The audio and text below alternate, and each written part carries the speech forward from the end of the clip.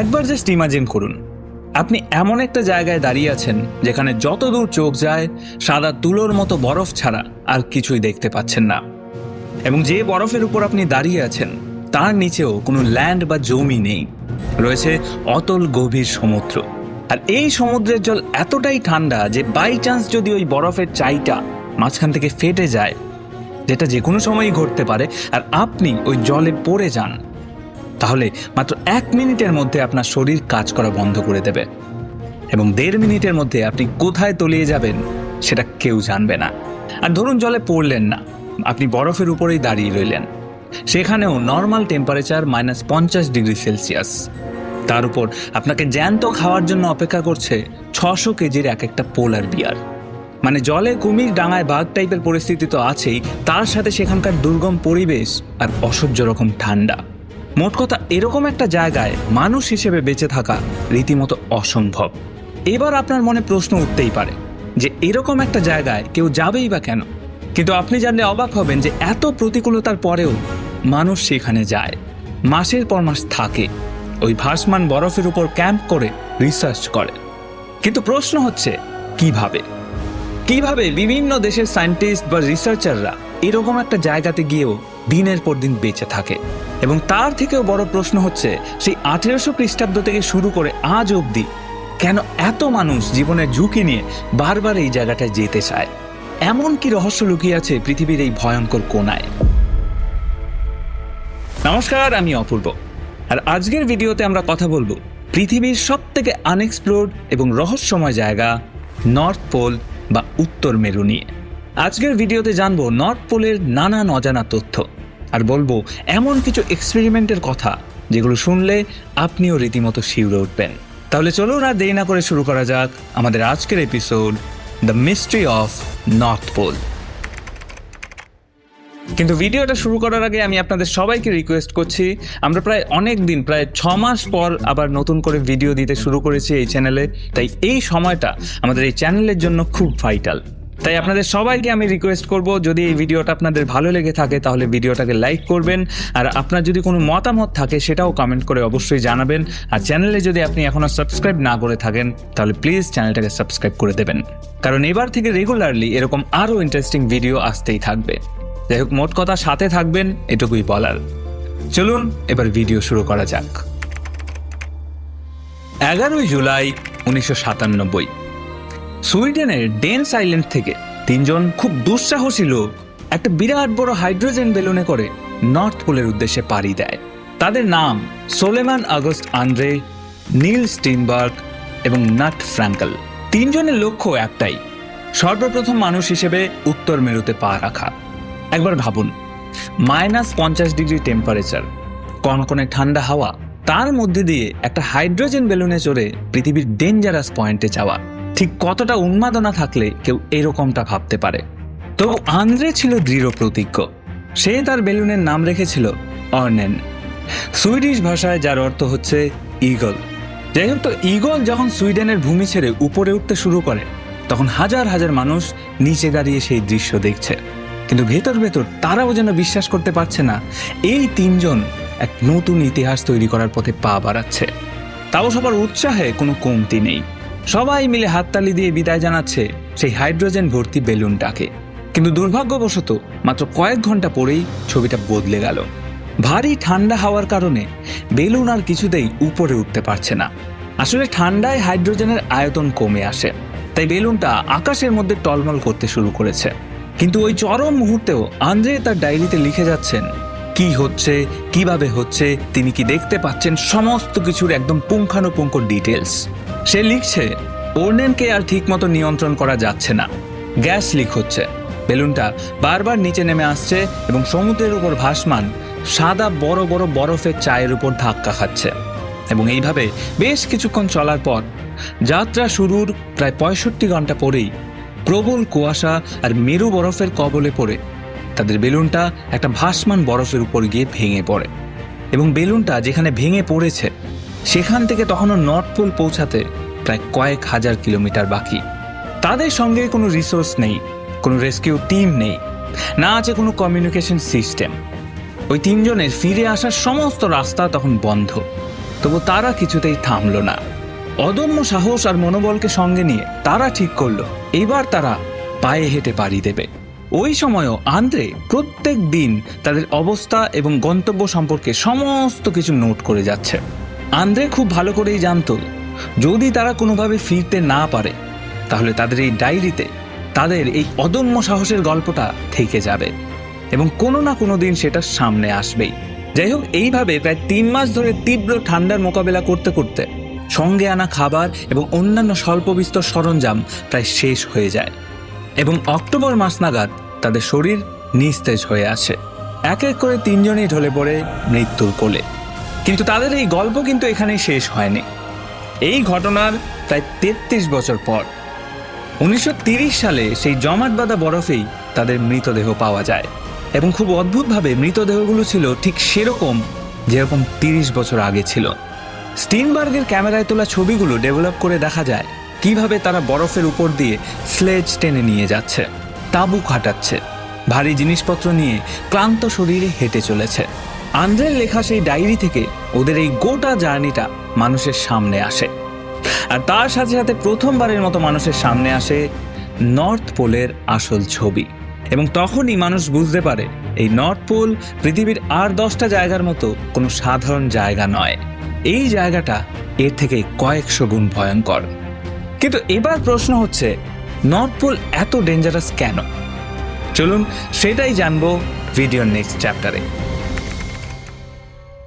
দেখুন, এইটা হচ্ছে আমাদের পৃথিবী, আর এই পৃথিবীর এই জায়গায় অবস্থিত জায়গাটাই হচ্ছে আমাদের নর্থ পোল।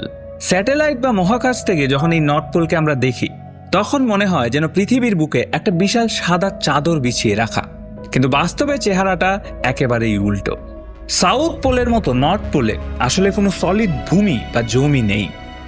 এই যে সাদা বরফগুলো দেখতে পাচ্ছেন, এর নিচে রয়েছে এক বিশাল সমুদ্র, আর্কটিক ওশান, আর তার উপরেই ভাসছে এই বিশাল বড় বড় বরফের আস্তরণ।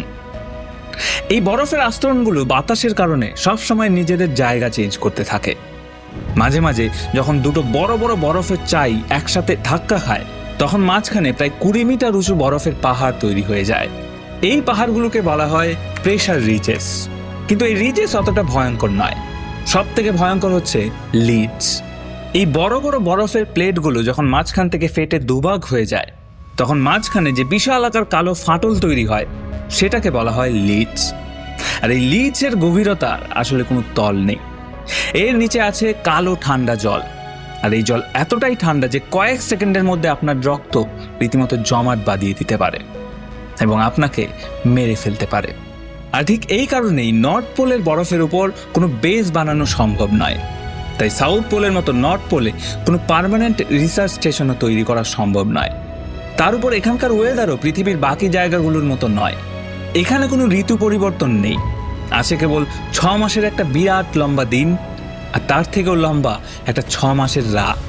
বছরের শুরুতে মার্চ মাস নাগাদ একবার সূর্য ওঠে, তারপর 6 মাস ধরে আর অস্ত যায় না, ওই একই জায়গায় লো অ্যাঙ্গেলে ঘুরতে থাকে। তারপর আবার সেপ্টেম্বর মাস নাগাদ গিয়ে একবার অস্ত যায়, আর তখনই শুরু হয় পৃথিবীর দীর্ঘতম রাত, পোলার নাইট। তখন ওই জায়গার টেম্পারেচার -50 ডিগ্রি থেকে 70 ডিগ্রি অবধি নেমে যায়। মানে ওই সময় সেখানে খোলা হাওয়ায় নিঃশ্বাস নিলেও আপনার ফুসফুসে বরফ জমে যাবে। আর এই সমস্ত প্রতিকূলতা পেরিয়ে গেলেও তারপর আপনাকে খাওয়ার জন্য অপেক্ষা করছে প্রায় 600 কেজি ওজনের এক একটা পোলার বিয়ার। তাই নর্থ পোলে যে কোনো স্টেশনে ক্যাম্পের বাইরে পা রাখা মানেই হাতে রাইফেল বা ফ্লেয়ার গান রাখা বাধ্যতামূলক। এমনকি অনেক জায়গায় হাতে কোনো অস্ত্র ছাড়া ক্যাম্পের বাইরে বেরোনো রীতিমতো আইনত দণ্ডনীয় অপরাধ। কারণ একবার যদি ওরা আপনার গন্ধ পেয়ে যায় তখন আর বাঁচার কোনো দ্বিতীয় সুযোগ আপনি পাবেন না। এবার প্রশ্ন উঠতেই পারে যে এইরকম একটা ভয়ঙ্কর জায়গায় মানুষ পৌঁছালোই বা কিভাবে, বা পৌঁছানোর প্রয়োজনটাই বা কি ছিল, সেটাই বলবো ভিডিওর নেক্সট চ্যাপ্টারে। সময়টা 19 শতকের শুরুর দিকে। পৃথিবীর সমস্ত এক্সপ্লোরারের তখন একটাই স্বপ্ন, পৃথিবীর সর্বপ্রথম মানুষ হিসেবে নর্থ পোলে পা রাখা। আর এই প্রথম হওয়ার রেসে সবার থেকে এগিয়ে ছিল দুজন আমেরিকান এক্সপ্লোরার, রবার্ট পেরি এবং ফ্রেডরিক ক্রুক। এবার এই দুজনের মধ্যে কে প্রথম নর্থ পোলে পৌঁছেছে এই নিয়ে বিতর্ক ছিল সেকালের ইতিহাসের সব থেকে বড় কন্ট্রোভার্সি। যদিও এদের অনেক আগেই নর্থ পোলে পাড়ি দিয়েছিলেন আন্দ্রে এবং তার সঙ্গীরা। সেই গল্প তো ভিডিও শুরুতেই বললাম। আন্দ্রের এই প্রচেষ্টা সফল না হলেও মানুষ এই নর্থ পোলকে এক্সপ্লোর করার সাহস পেয়েছিল কিন্তু এই আন্দ্রের ঘটনা শুনেই। কাগজে কলমে নর্থ পোলে পৌঁছানো প্রথম ব্যক্তি আন্দ্রে নয়, ফেডরিক কিংবা রবার্টও নয়। প্রথমবার একদম প্রপারভাবে নর্থ পোলে পৌঁছানো ব্যক্তি হলেন একজন নরওয়েজিয়ান এক্সপ্লোরার রোয়াল্ড আমুন্ডসেন এবং তার দুই সঙ্গী উমবের্তো নোবিলে এবং লিঙ্কন এলসওয়ার্থ। 1926-এর মে মাসে সাভালবার্ড নামের একটা এয়ারক্রাফটে চড়ে তারা সোজা ল্যান্ড করেন আলাস্কায়। আর এটাই ছিল নর্থ পোলের ইতিহাসে সর্বপ্রথম ভেরিফাইড ফ্লাইট। তবে নর্থ পোল জয় করার আসল ম্যাডনেস শুরু হলো 1937 সালে। ইভান পাপানিন নামের একজন সোভিয়েত অভিযাত্রী দেখালেন নর্থ পোলে শুধু পৌঁছানোই নয়, সেখানে গিয়ে থাকাও যায়। তিনিই তৈরি করলেন পৃথিবীর প্রথম ড্রিফটিং আইস স্টেশন নর্থ পোল 1। ভাবুন একবার, সমুদ্রের মাঝখানে একটা ভাসমান বরফের টুকরো, পায়ের নিচে কোনো মাটি নেই, আছে হাজার হাজার ফিট গভীর জল। তবুও রেডিও সরঞ্জাম আর কিছু শুকনো খাবার নিয়ে 89 ডিগ্রি নর্থ ল্যাটিটিউডে -40 ডিগ্রি তাপমাত্রায় তারা কাটিয়ে দিলেন একটানা 274 দিন। তারা জানতেনও না রাতের বেলা যে বরফের উপর ঘুমিয়ে তারা স্বপ্ন দেখছেন, সকালবেলা ঘুম ভেঙে দেখবেন সেই বরফ তাদের কোথায় নিয়ে চলে গেছে।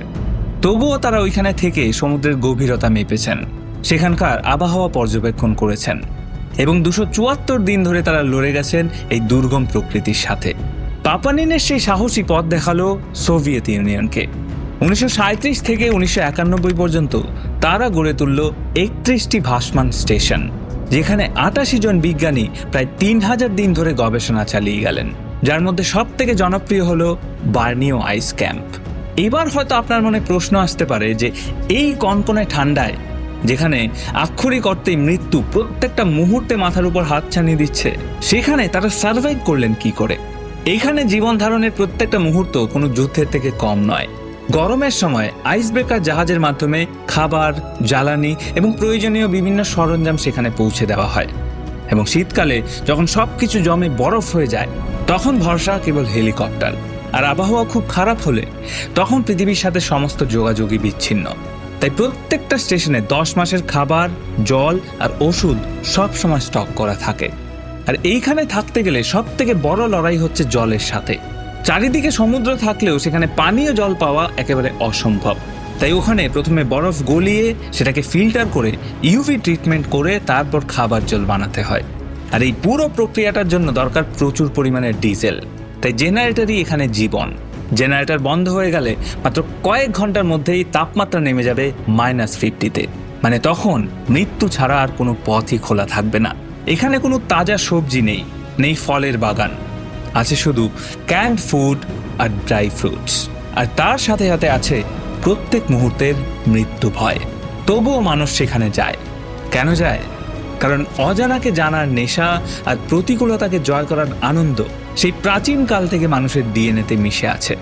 আর এদিক থেকে নর্থ পোল শুধুমাত্র একটা ভৌগোলিক অবস্থান নয়, এটা মানুষের অদম্য সাহসিকতার শেষ সীমানা বলা যায়। এই ছিল আমাদের আজকের ভিডিও, নর্থ পোলের অজানা রহস্য। ভিডিওটা কেমন লাগলো অবশ্যই কমেন্ট করে জানাবেন। আর আমাদের এই ভিডিও যদি আপনাদের ভালো লেগে থাকে তাহলে প্লিজ আমাদের চ্যানেলটাকে সাবস্ক্রাইব করে দেবেন। দেখা হচ্ছে অন্য কোনো ভিডিওতে। ততক্ষণ অবধি ভালো থাকবেন, সুস্থ থাকবেন। Tata, goodbye, love you.